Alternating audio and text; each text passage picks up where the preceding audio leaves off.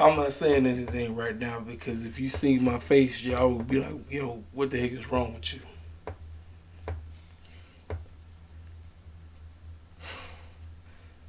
Ladies and gentlemen, this is your boy K Spell, King Self for Life Wrestling Takes.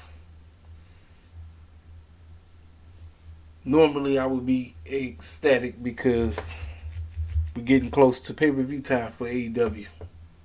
It's Revolution time. Tonight's show, promo-wise, excellent. Match-wise, decent. But some of the booking decisions on this show just made me scratch my head and ask.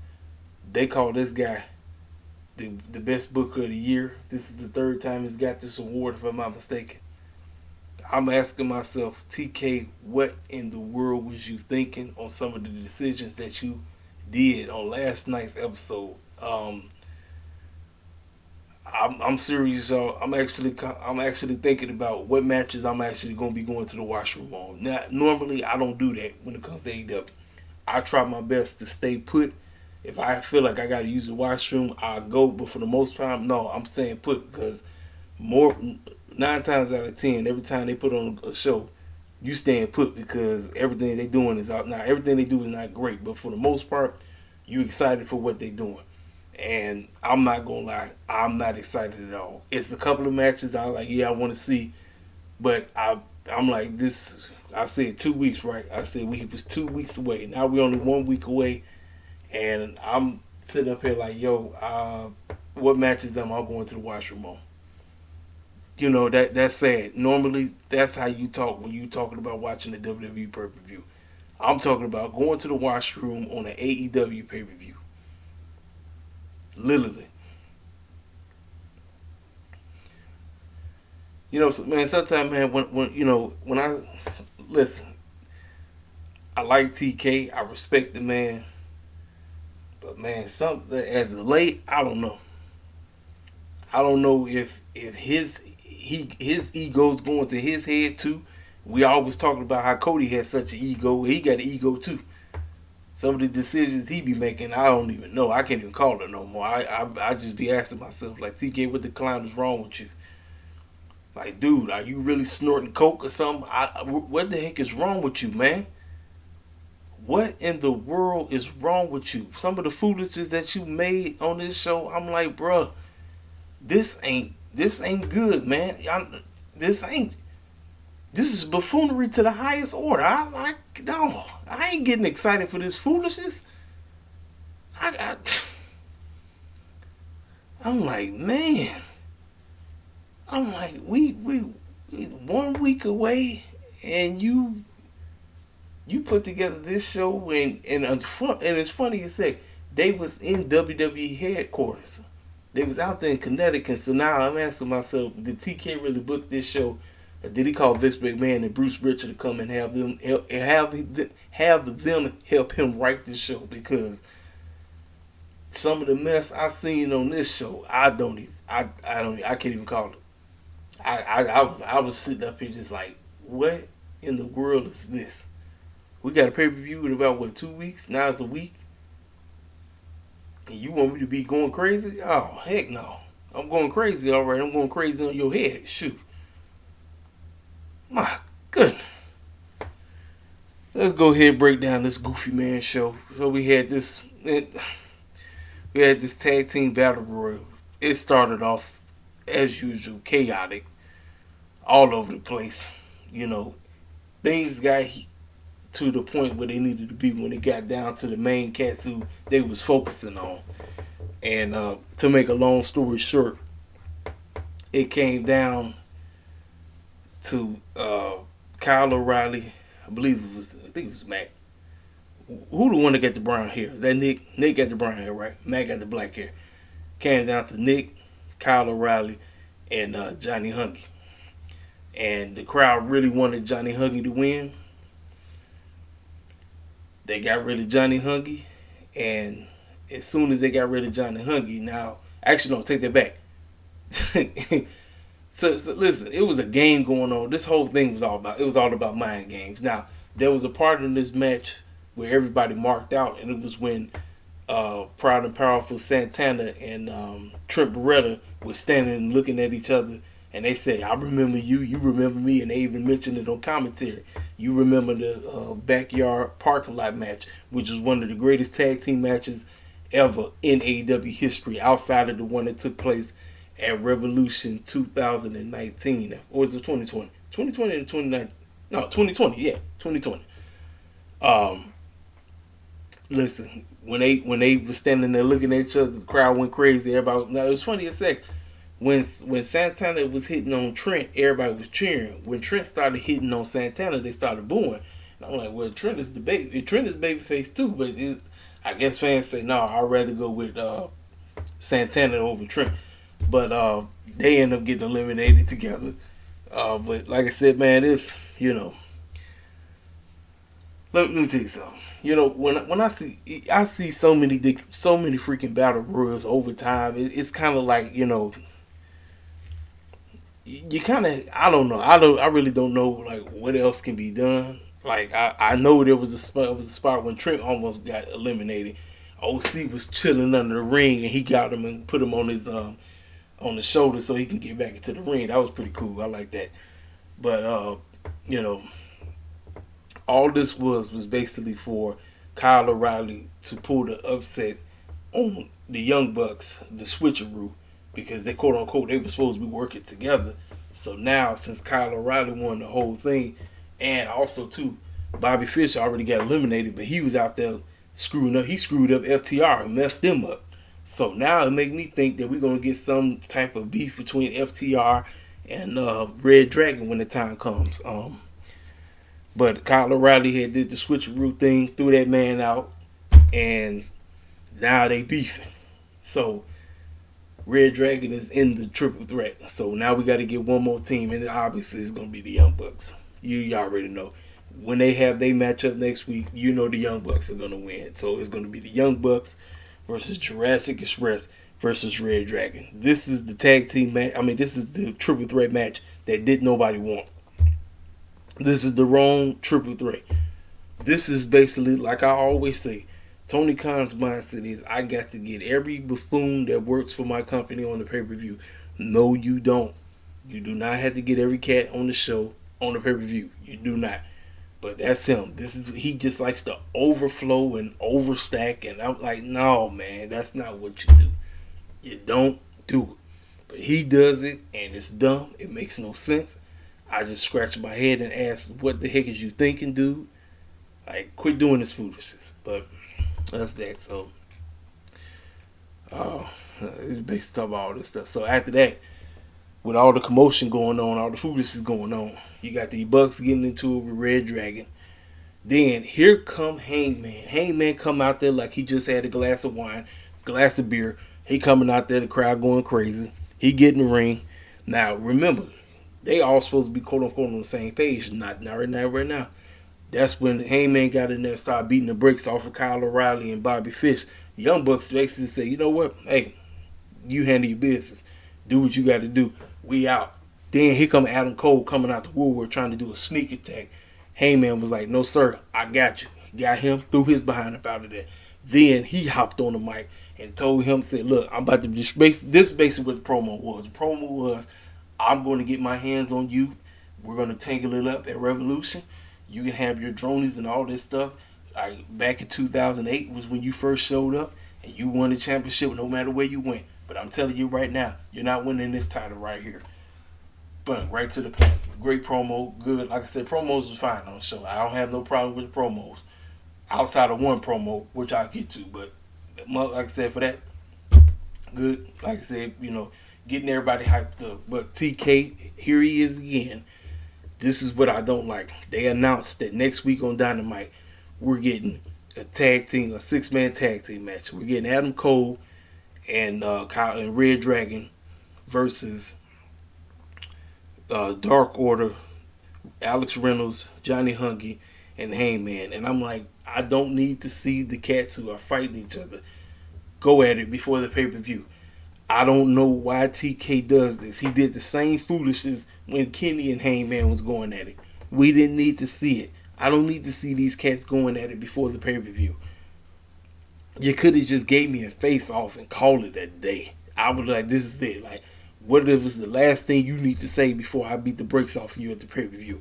I don't need to see these cats wrestle each other before the pay-per-view, because now you taking away the pizzazz of what we can expect from these two young men tearing it up at the show. Because I guarantee you, they're going to bring the house down. But why are we getting it ahead of time? I don't need to see it. Don't show me nothing. Don't give me nothing. Keep me away from seeing that until the pay-per-view. TK like, no, I got to give you a little glimpse. No, you don't need to give me no freaking glimpse. I told you, TK just be doing some stuff that don't make no type of sense. I'm like, bro, what the heck is wrong with you, man? No, man, just cut the foolishness. Cut the foolishness. Cut it out. So backstage, so Tony Schiavone was talking to Brian, and he told him, you heard what Moxley said, that in order for you to tag with him, you must bleed with him. He said, sure. He said, let me tell you something. I'm going to handle Daniel Garcia tonight. However, Daniel Garcia reminds me of a younger me who was trained. Now, this is the one thing that kind of piqued my interest. I was like, he said this, I was trained by a one guy named William Regal. And I said, it's funny how he name dropped him. William Regal, as of right now, is a free agent. Is it a possibility that TK is going to bring him on? But before we bring him on, AEW is going to have to get into some type of crazy, chaotic place where TK can't even control nothing. He can't control anything. First of all, TK don't even like to be on TV. But we got to get somewhere where it's just too much stuff going on. Everybody's out of control. All this. We need somebody to come through and start running the ship. And this is when you introduce William Regal. He comes on through. But it's just funny how Bryan Danielson dropped his name like that. I said, interesting. I said, it's very interesting. I said, But he said, after he said all that stuff, what he said about Daniel Garcia, he said he gonna answer Moxley's question tonight. He gonna show him something like that. So, like I said, pretty solid promo from Bryan. But the thing that piqued my interest was what he said about William Regal. He name dropped. So we get what everybody was talking about was basically the whole moment of the whole freaking show. It's Mr. MJF coming out there looking like he about to start crying and all this stuff. And he gets to the ring and he talked about how he struggled with ADHD from back in the day. He talked about how he was discriminated against. He was on the football team because everybody knows he's a Jewish guy. And they discriminated against him. They threw quarters at him. He thought he was cool. Joining the football team, he thought he was real tight. But they looked at him like he was a lame. And so they threw quarters at him and all this crazy stuff. But he talked about back in 2007, when he was only 11 years old, he became a fanatic of one CM Punk. But he said during that same time is when that man CM Punk quit on him. And he said, you know what? If my guy quits, if he quitted on me, why the heck should I continue pursuing being a professional wrestler? He said he would cut promos until he was blue in the face and all this. He was just going on and on and on and on and all this stuff, right? So he talked about how he's gonna give CM Punk the best and all this stuff, and he's on to showcase why he's better than CM Punk, and he knows all this, right? So while he's cutting this very emotional promo, he even got Tony Schiavone to say, you know what? As much as I can't stand this guy, I even feel bad for him. That's all you got to say. You talk about working the guy that you can't stand, the guy that can't stand your guts, and you done worked him. Let me tell you something. So CM Punk come out there, and he looks at the man in the face, and he said, everything that you said, he said, is that true? And he looked at him and said, ladies and gentlemen, just with that promo right there, and then with CM Punk coming out at the end, ladies and gentlemen, the dog collar match just might be the main event. This matchup, the story itself, just feels like it's the main event. It's not even involving the title right now. This just feels like this should close the show. Not the AEW World Championship, not the women's match, which I thought was going to main event, but the fact that TK ain't even, he just been lazy as heck. I know the girls got a chance to cut their little promo, but it just, for me, it felt lackluster. It just felt like it's not important. You want the women to matter, correct? It didn't feel like it was important. This right here feels like it's important. No titles on the line, but a lot of respect, a lot of who is like, in other words, who is the man? Who's the man when it comes to cutting promos? Who's the man when it comes to wrestling and all this stuff? This is what this matchup feels like. This match feels like it should close the show. That's just me, because of the time has been given, the way how they've been presenting this on TV. I'm sitting there saying to myself, you know what? If this is not, it's somewhere close towards the end, this got a main event. Because the AEW World Championship, that's your main title. It should main event. But the way how this young man cut the promo when he said what he said about CM Punk, how he was his idol, he his hero, and his hero quit on him, and he said, you know what, I'm not gonna be like this quitter and all this, because people was being disrespectful. Like I said, very hard for promo. Quote unquote, people said that he really put some realization into it. Which listen, anytime when a wrestler can put realization into a storyline, into a promo, that's just what makes the storyline that much better. And this young man only 25, he turned 26 this year. Dude is on another level. He really is. I might call him a clown, but that's just me calling him a clown. This young man is on another level. And with what he did right here, and then CM Punk coming out saying, yo, did you truly mean that? Listen, sign me up and put this as the close. This must close the show for me. I don't know how y'all feel about it, but obviously the dog collar match, it does not involve the title, but it says main event. That's what I wish the other two matches. I wish they would have gave more time for us to actually understand why this match matters. Why is Adam Cole going against Hangman? Not just because he's the number one contender. Why is Thunder Rosa going against Britt? Not just because she's the number one contender. Give us something. Give us more than what you gave. This right here, excellent. Excellent to the T. Excellent, man. Kudos to MJF. Kudos to CM Punk. I know they enjoy doing this. The fact that my man was literally in tears. This is called professional wrestling at best when it's done right. So if I'm going to give TK up, if I'm going to give him a nod, I'm going to give him a nod on this. This is excellent. Kudos to TK. Kudos to MJF. Kudos to CM Punk. All right. So we get match number 2. Now, this right here is what messed me up.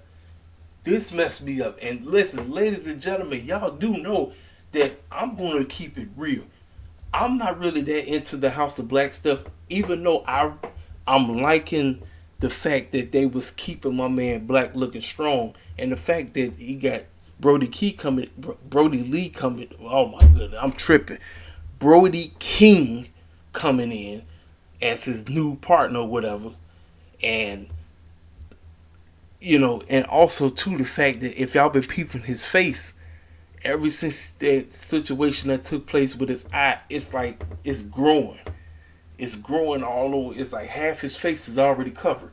So it's making me think, like, are they gonna really have his entire face covered as we keep moving this thing on? So after they came out, looked like they just left the Freemason party. Here come Pac and here come Pentagon Jr. and Alex looking like they just left Party City. I'm like,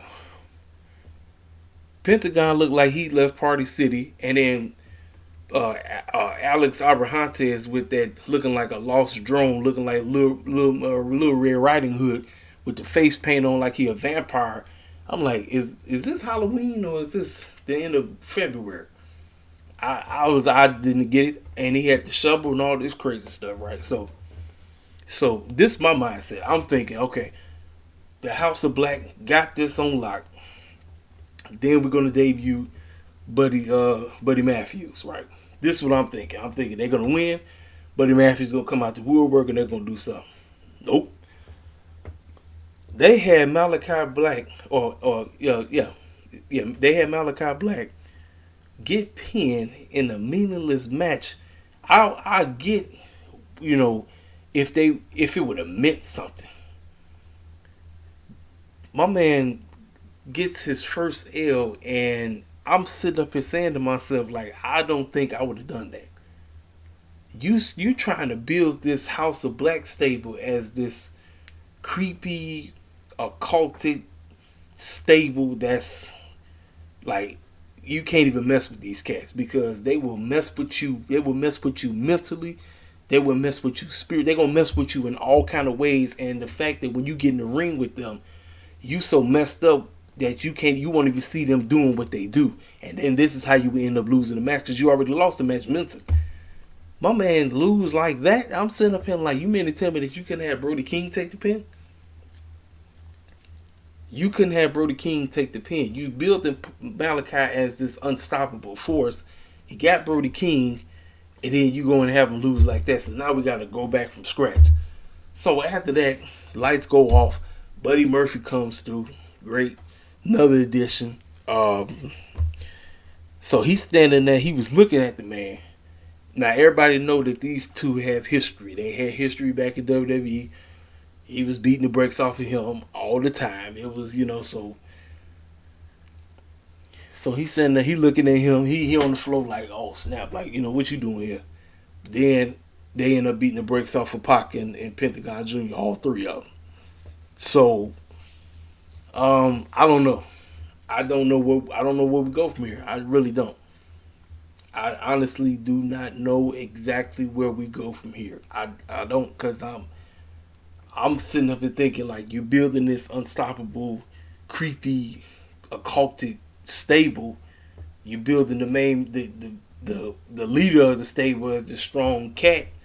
Therefore, he goes and take a meaningless L that really I don't know. I did just like I said, the decision just didn't look right to me. I wouldn't have done that. I wouldn't have did no foolishness like that. But that's TK. TK thought that this was great, so there you have it. Buddy Matthews is in the group, so obviously they're gonna keep this thing going. So that's that. Now we get this situation. So we got the security clowns out there. Obviously they there, so it won't be no type of fighting going on. Eddie Kingston comes out. Then comes Jericho. This promo segment was actually great. And heel Jericho, I like heel Jericho, then I like babyface Jericho. Eddie Kingston was saying some stuff in this promo, and I'm saying, man, this is why he one of the best on the mic. I seen them cats over at Public basically try to disrespect this man by saying that Edge was the best promo and who is Eddie Kingston or something like that. And then they was coming at my guy Honcho, he had put up there and said that we got CM Punk, we got Eddie Kingston, and we got MJF. And so then it wasn't. It was some other. Okay, Public and had said the stuff about Edge. Then Honcho said what he said. Then this fool called himself trying to clap back at Honcho, talk about Eddie Kingston is trash and he don't know how. I'm like, man, stop. Just stop. You smoking something. You smoking some crazy stuff. I was like, man, I saw that foolishness. I said, man, y'all clowns is crazy. You crazy as the best bug. But basically, Jericho was telling Eddie Kingston that everywhere you go, you're nothing but a failure. Everybody's your family's a failure. You're a failure. All this. And Eddie Kingston told Jericho that the only reason why, because Jericho was saying everywhere I went, I main evented pay-per-views, I was the top draw, I was the guy, I was this. And Eddie Kingston said, well, that's because I was never there.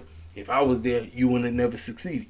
But he was trying to say this. He said, well, that's your whole thing. Your whole thing is you scared of success. You think that you're succeeding now, but you haven't. Until you be somebody like me, because I am the guy. I'm the guy. And then Eddie Kingston said, you know what, you're right. He said, I don't want this clown Jericho that we got. I don't want this fool. I don't want the fool that went against the OC. I don't want the fool that did all these other stupid matches and everything. I want the cat that first showed up at AEW and put AEW on the map. That's the guy that I want to wrestle at Revolution. He said, sure, you're going to get it. But I'm telling you right now, you're not going to beat me because you're going to fail. So basically, they tell you you're going to win the match.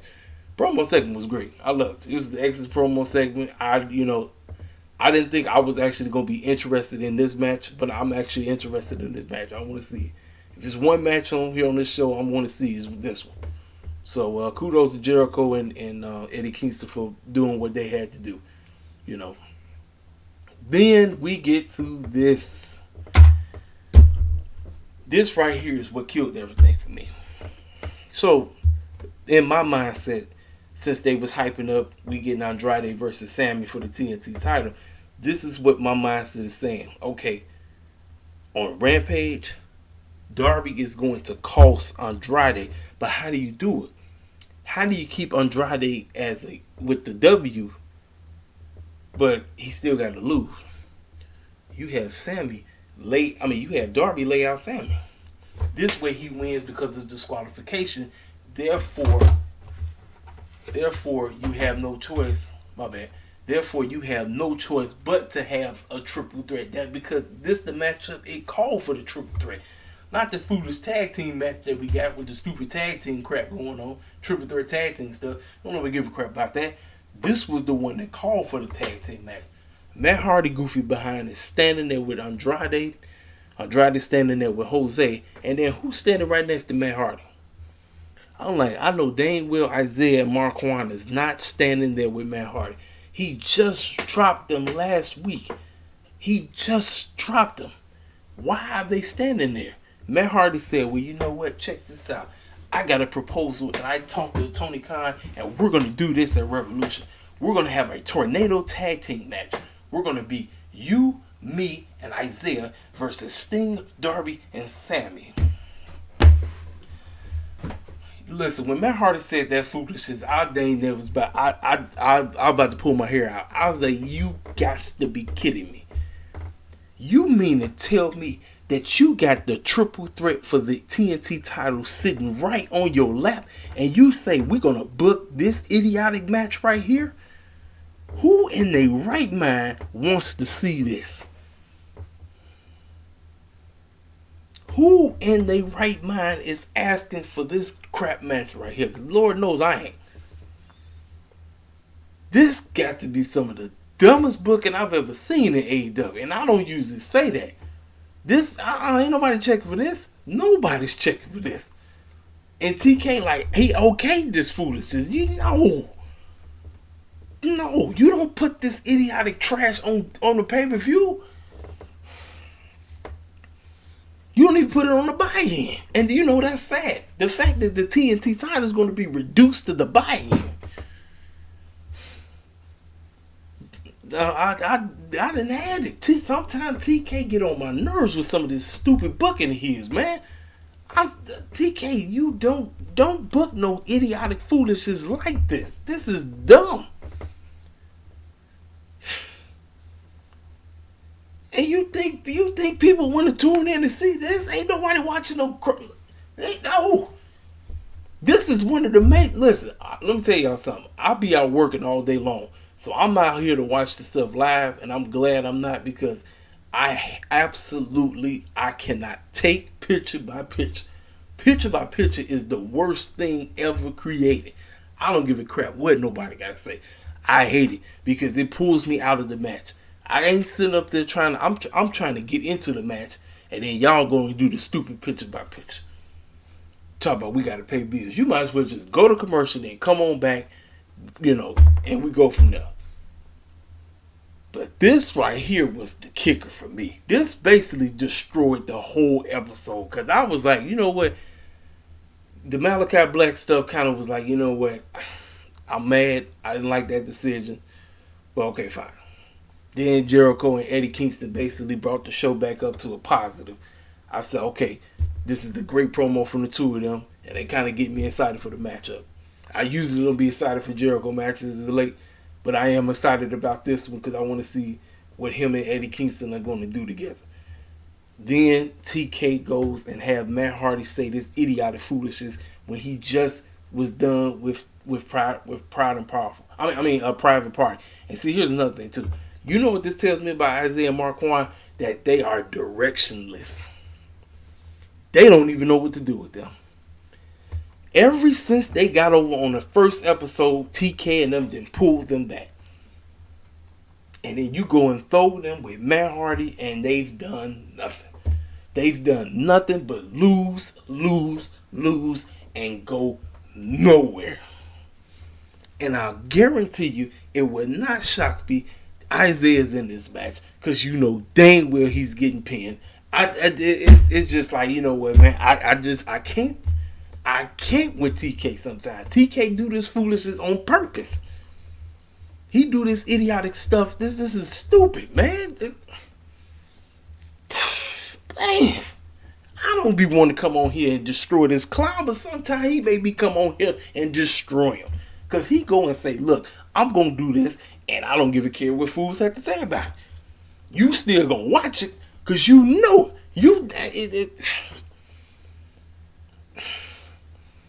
Man, I'm sorry, y'all. I just... Then we go and do this. Then we go and say, hey, look, we got Ricky Starks versus 10, and this is for the next qualification match to join the face of the revolution. Now I'm sitting up and saying to myself, well, Hobbs already in. You gonna add Ricky? I know we're not trying to break them up right now. Ain't no way in the world. Powerhouse don't need to be breaking off nothing. He need to be with these cats for a little bit longer because we still trying to get my man to where he need to be. But the fact that you go in and had this matchup just when I thought 10 was, basically doing whatever he tried to do with Adam Cole, he came to this matchup with my man Ricky Starks, and he got a couple of licks in, but Ricky Starks basically manhandled him throughout the whole match. And now Ricky Starks has punched his name to Revolution. So now we got 4 clowns in this match. He's the only small cat that's in this match right now. Well, we still got more matchups because we got a matchup that was announced for Dynamite, which is OC versus my man Anthony Bowens. I was like, oh no.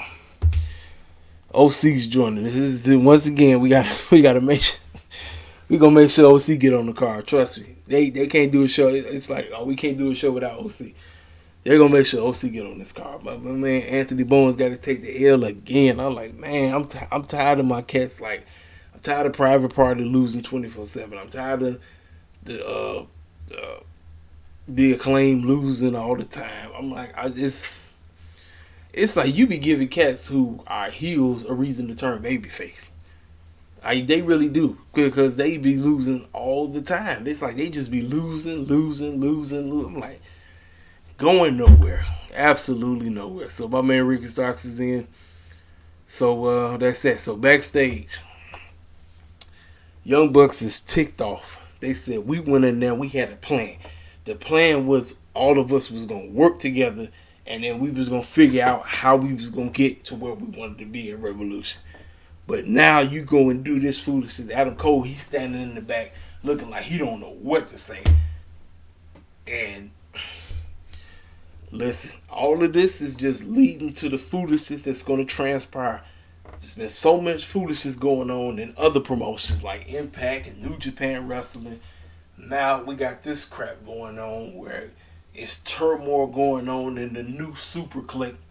Adam Cole wanted everybody to get along and all this crazy stuff, and they said no. And so Matt and Nick said, you know what? Since y'all already joined, we're going to try to do what we need to do to get added to this matchup. And obviously, you know that's what's going to happen. It's going to be the Young Bucks versus Red Dragon versus Jurassic Express. You might as well pencil that in right now. And I'm telling you right now, the odds are definitely stacked up against Jurassic Express. It's almost as if Red Dragon should win this match. But I'm telling you right now, I'm still taking Jurassic Express. Why? Because they haven't really done anything yet. So obviously this is a matchup, I guess, if you want to quote unquote say this is going to quote unquote elevate Jurassic Express more. Fine, do it. But this is the triple threat that I wouldn't have done. I wouldn't have done this match as a triple threat. The triple threat I would have did was Sammy, Darby, Andrade for the TNT title. That's what I would have did. Then we get to this matchup. We got the Bunny versus Jade Cargill. For me, all I was watching was for improvement from Jade Cargill. Ladies and gentlemen, Jade Cargill is one fine woman. I looked at that girl when she came out there and she just looked at the camera. I said, man, this girl is beautiful. She is beautiful, man. I was like, dog, she's fine. And they showed her daughter and her husband in the crowd. I said, homeboy is blessed.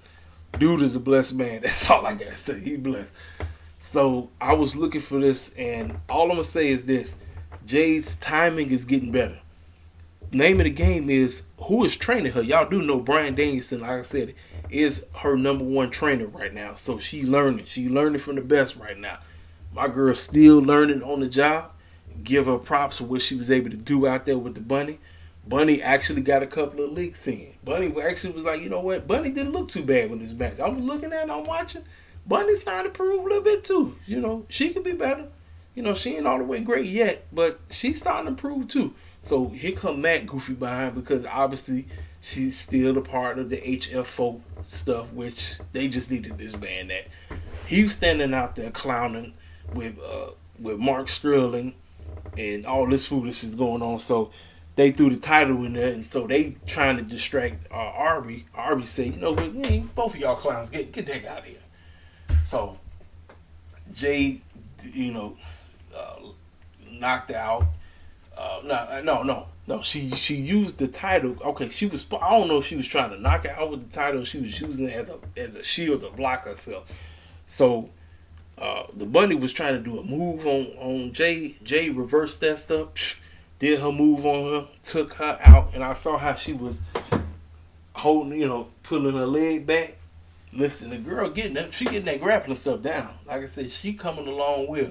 Still some things that she still got to learn, but she coming along well. Like I said, there's one thing I said, I'm proud of Jade. Keep learning. I told y'all, I said the moment she won that title, I said Miss Jade gonna have to learn on the job. She really has to. So then right after that, Tony Schiavone got up in the ring and tried to congratulate her. She snatched that mic and she said, sit on down somewhere, Tony. Listen, I know what you're doing. You're trying to pander to me. Listen, I don't give a care right now. I've been trying to showcase these fools why I am the TBS champion. And ain't nobody in the back can touch me right now. So if there's anybody who wants next, when she said that, everybody started saying Goldberg. Well, as y'all do understand that TK and them is somewhat trying to make her as the female version of Goldberg. You know, so then after she said what she said, this is when Taya came out. I was like, okay. So Taya is next in line, and obviously this matchup is going to happen at Revolution. So, is this going to be on the buy-in, or is that garbage tornado tag team match going to be on the buy-in? Who's going to be on the buy-in? Because obviously, either one of the titles is going to be on the buy-in. You know, is the TNT title going to be on the buy-in, or is the TBS title going to be on the buy-in? So, Taya came out there. She pretty much said, yeah, you said you said who's next? She said, I'm about to beat you down. And she called her a female dog and all that stuff. So then that's when she hopped in the ring, got into her face and all that stuff. So then Bunny was waiting in the wings because obviously she still got beef with Taya.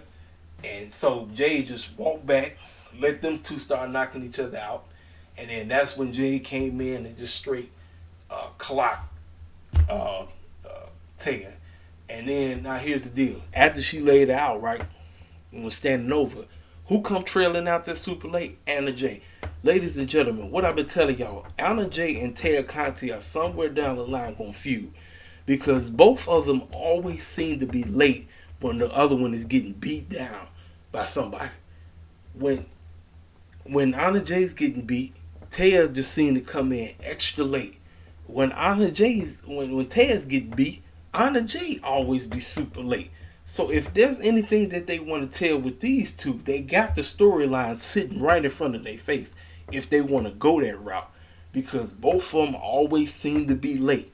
These are supposed to be homegirls, right? They supposed to be best buds. They supposed to be sisters for life. Both of them always be late. She's late one week, then the other girl is late one week. So if they want to go down that route, by all means, you got something right there. So I'm just telling you, if TK's listening, you got something right there to do with Anna Jay and Ted Conti as we move forward.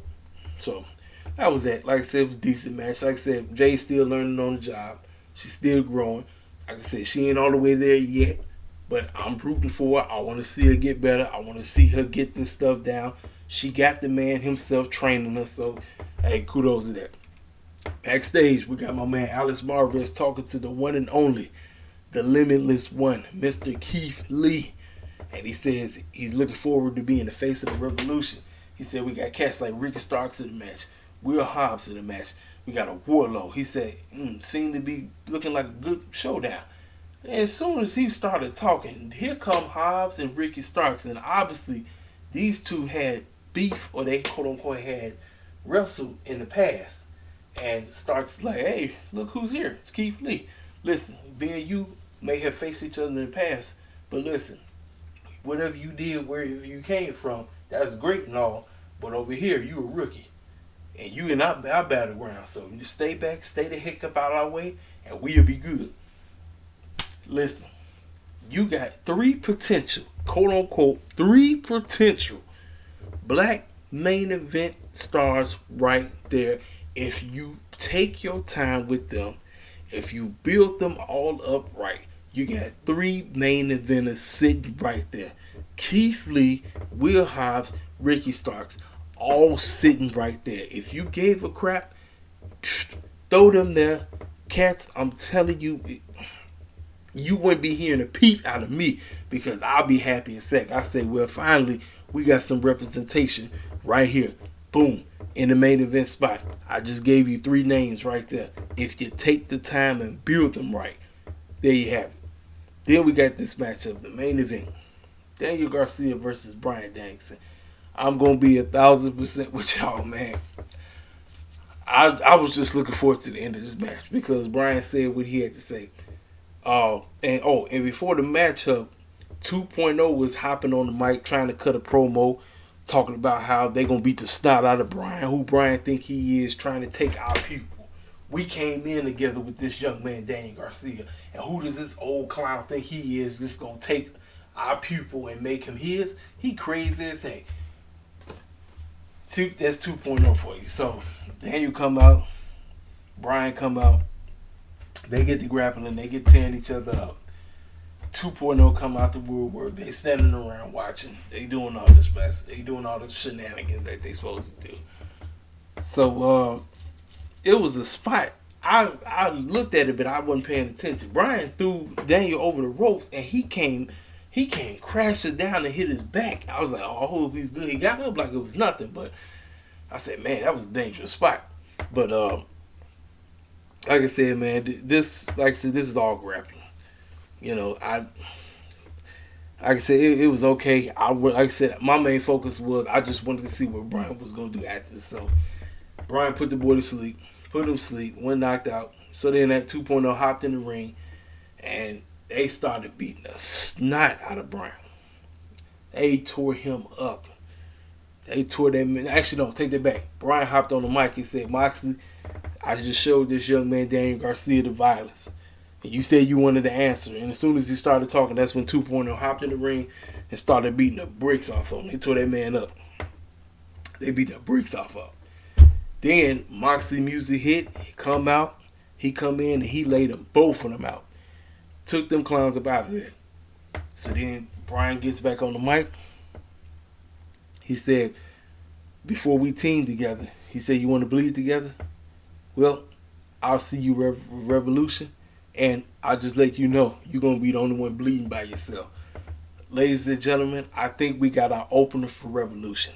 If you're going to open this show, you open the show with Brian versus Moxley. This is how you open the show. This is how you get cats ready to go. If, like I said, TK got his hands full with all these multi-man matches, how the heck he going to balance all these matches? Because cats going to be worn out so quickly. You got to balance. You got to pace yourself. What matches you going to do here? This match right there. And like I said, I didn't talk about it, but the ladies got a chance to cut their promo. Thunder said what she had to say about Britt. Britt told her, she said, you know, I beat you, and the one matchup at the other matchup, whatever, like, are you truly a star? And then Thunder said, well, you know what, Britt, you think you all this in bag of chips, all that crazy stuff. Whoop, whoop. Listen, I'm going to beat you, but this time it's going to be for real, and I'm taking your championship. Great promo, fine, cool. But like I said, man, I just wish TK would have allowed them, would have gave them more time to get us more invested in what they trying to say, because I was going out on the limb saying that was going to be the main event. Now, That matchup, I think, gonna be somewhere in the middle towards the end of the card. Not it's not gonna be the end, but it's gonna probably be somewhere like probably match 7 or match 8. Because as of right now, it sounds like it's about almost about 10 matches so far. And I told you, TK, he can't help himself. He got to make sure every fool on the show, every fool in the back is on the show. That's what he feel like. He got to know. Like, no, you don't. You don't have to do it. But that was Dynamite, ladies and gentlemen. Like I said, man, the show, it was okay, but like I said, man, I'm just tired of the stuff that I see on a regular basis that don't make no type of sense. Like, you don't put no foolishness out like that and act like it's great. It's not great. It's not, man. I'm looking at this mess. I'm sitting up and saying to myself, like, yo, like, why are you doing this? What in your mind do you think that you're doing something wrong? You're not doing nothing wrong. You're doing trash. You're putting buffoonish stuff out there. And you want cats like me to be excited for a pay-per-view? I'm not.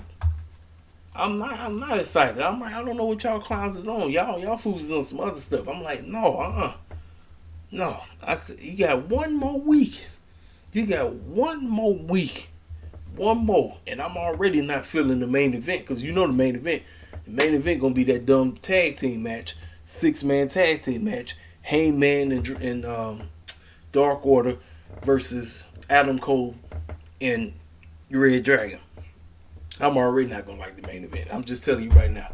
I'm not. Because I'm already seeing Adam Cole and Adam Hangman. I don't need to see that right now. I need to just see them give me a face off and get me excited for one more time why I should give a crap about this matchup. Don't give me the match, and then when I see the match again, I'm going to be like, you know what? I already seen it. I just saw it on Dynamite. Now I'm supposed to give a crap about it because it's the AEW World Championship? Nope, I don't roll like that. I don't need to see it. I told you, space the stuff out. If you're going to have a match, space it out. Space it out. If you're going to have a rematch, space that mess out. Don't give it to me right back to back. TK said, no, I got to give it to you because this is the only thing I know how to do. I love tag team wrestling, so I'm going to give you more tag team wrestling. That's all I know. All I know, I got to put every clown in the book on the show. I got to do it. I got to make sure everybody's happy. I got to keep doing it. No, you don't, man. This is where the maturity level in this dude is going to have to go. He's going to grow up. He's going to grow up, grow some, learn to quit doing all this stupid stuff that's not worth it. It ain't worth it doing what you doing because what you doing ain't popping. It might be popping to some of the other cats in the IWC, especially the cats that love AEW. But it ain't popping for me. And I told you I'm an AEW head hard through and through. But I'm telling you the bold-faced truth when it comes to this AEW stuff. I've been watching this stuff for a minute, and I know when TK and them go out, when they go off with a bang, I'll tell you. I say this every time, every episode I do. I'm gonna constantly say the same thing. When TK and them go out their way and give us an excellent episode, I'm going to say, hey, I have really nothing bad to say about the show. We're looking at this and I'm sitting up and saying to myself, we got one more freaking week. And the fact that all I give a crap about is the dog collar match, Kingston versus Jericho. And that's about it. 2 matches. In the Face of the Revolution match. The Face of the Revolution match. So, 3 matches. I'm only giving a care about 3 matches. It shouldn't be like that, man. It should not be like that when it's concerning the AEW pay-per-view. It shouldn't be. It should be, I should care about everything. Maybe 1 match I shouldn't give a crap about. But 3 matches that feel like they worth being on this show. All the other matches is like, you just did them. You could have actually gave us more of a reason of why we should give a rest behind about them. All right, 4. Jade and Taya. That's 4. 4 matches. 4. I was actually excited for Thunder and Britt, but the fact that TK didn't even give us a reason to care, it's like, I don't know. I'm like, this is your AEW Women's Championship and you just doing this? Now, I'm not saying the match not gonna be good because it's Thunder Rosa. And anytime Britt gets in the ring with Thunder, they make magic together. They go out their way and they tear it up. But same thing with Adam and Adam. I'm pretty sure Adam and Adam gonna go out there and bang because both of them are excellent wrestlers. But you got to get me to give a crap. And if I ain't giving a crap, I'm gonna tell you I ain't giving a crap. You know. But it is what it is, man. I don't believe I said anything about this. Congratulations to that dude, Mark Calloway. Y'all know who he is, The Undertaker. First inductee into the 2022 WWE Hall of Fame, well deserved. Listen, I got introduced to The Undertaker in 1998, and I believe 1998-99 was when they was doing the what was it? The Ministry of Darkness. This is when I got introduced to him. I got introduced to the Ministry of Darkness Undertaker. So that was my first time, seeing this phenom character. And I didn't watch a WrestleMania, so I didn't know nothing about the streak. I didn't know. I wasn't really peeping the whole thing. I didn't get an understanding about the streak until I got back into watching wrestling, which was like 2005 and everything. And I was like, how many times has he won the WrestleMania? And I was like, And so then I was like, man, I said, that's what makes him special. It's the fact that every time he go to WrestleMania, he's always going to win no matter who he goes against. But Undertaker, man, listen. Some of my favorite feuds with the Undertaker was him, JBL, him, obviously him and Randy Orton. Listen, at 21, listen, man. Him and Randy Orton, man, I'm telling you. And then my all-time favorite is him and my boy Shawn Michaels. WrestleMania 25 to this day is still the standard of WrestleMania matches. I still ain't seen a better match at WrestleMania since that match. I've been looking at this foolishness for a good long time. I haven't. I have not. But that matchup, first of all, the build, they went out there and they had a classic times 20. Shoot, Undertaker, man. So I'm telling you, this dude, man. Like I said, if it's one gimmick, if it's one character that I can give Vince McMahon old goofy behind props, it's coming up with the Phenom, coming up with the Taker, coming up with this whole thing. Man, he struck gold with this dude. And it's unfortunate he don't want to let that man go because he can't build nobody else. So hey, Taker, I need you to come back. I know we're going to be in Texas. I need you to come back and choke somebody. I didn't. Undertaker should have been retired a long time ago. But like I said, congratulations to him. Well deserved. I'm interested to see who else finna go in because obviously the WWE Hall of Fame. A lot of times when people see who go in, it's basically on who Vince wants to go up in now. You would think it would be a legit Hall of Fame. When most of the people that's in there, you can say but there's a lot of them in there that you like, man, like what the heck is this fool doing up in there? But like I said, kudos to Undertaker, man. So anyway, I done went way too long on this review. I was not coming home thinking that I was going to go off on one more week before we got the go home show of Revolution. I wasn't thinking I was gonna go off on TK. I'm thinking I'm coming in and I'm about to give this show thumbs up, and I'm giving it a thumbs down and a thumb in the middle because I'm sitting up here like, man, I'm supposed to be getting excited for this pay-per-view, and you got me talking about taking bathroom breaks during the AEW pay-per-view. Something ain't right. Something ain't right, man. Hopefully Rampage is way better, but we'll see. Like I say, TK picks and choose when he want to do something right. But anyway, that's my whole spew. I done went on a long man rant. What y'all got to say? I'm pretty sure I'm gonna get some feedback that's gonna say, man, you tripping. Hey, it is what it is, man. It is what it is. I done said what I had to say. I watched the show. I watched it thoroughly. That's what I do. I try my best to look at everything, but like I say, picture by picture kills everything. Picture by picture kills everything for me.